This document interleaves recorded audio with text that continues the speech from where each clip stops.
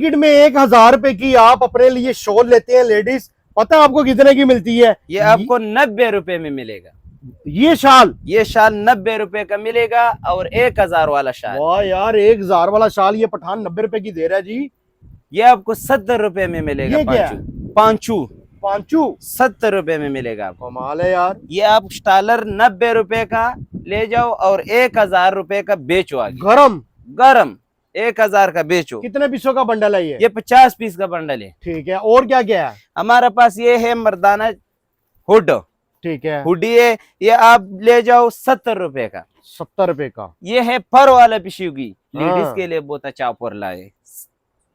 पर वाला पिशुगी ये आपको मिलेगा सिर्फ और सिर्फ 90 रुपए का। ठीक है, ये लेडीज टाइट्स 70 रुपए का। जबरदस्त। ये है मर्दाना पंजामा, ठीक है, ये आपको मिलेगा 80 रुपए का। ये है स्पोर्ट्स ट्राउजर लकीर वाला, ये आपको मिलेगा 100 रुपए का। ठीक है, ये है मर्दाना जिपर 70 रुपए का। ठीक है, ये है शनीन पंजामा, ये सूट में मिक्स होते जो उसमें लगा हुए, ये आपको मिलेगा सिर्फ और सिर्फ 90 रुपए का। ये कितने पीसों का बंडल होता है? 50 पीस का बंडल होते और 4500 रुपए का मिलेगा। जबरदस्त हो गया। राब्ता नंबर क्या है? 0305 41 50 499।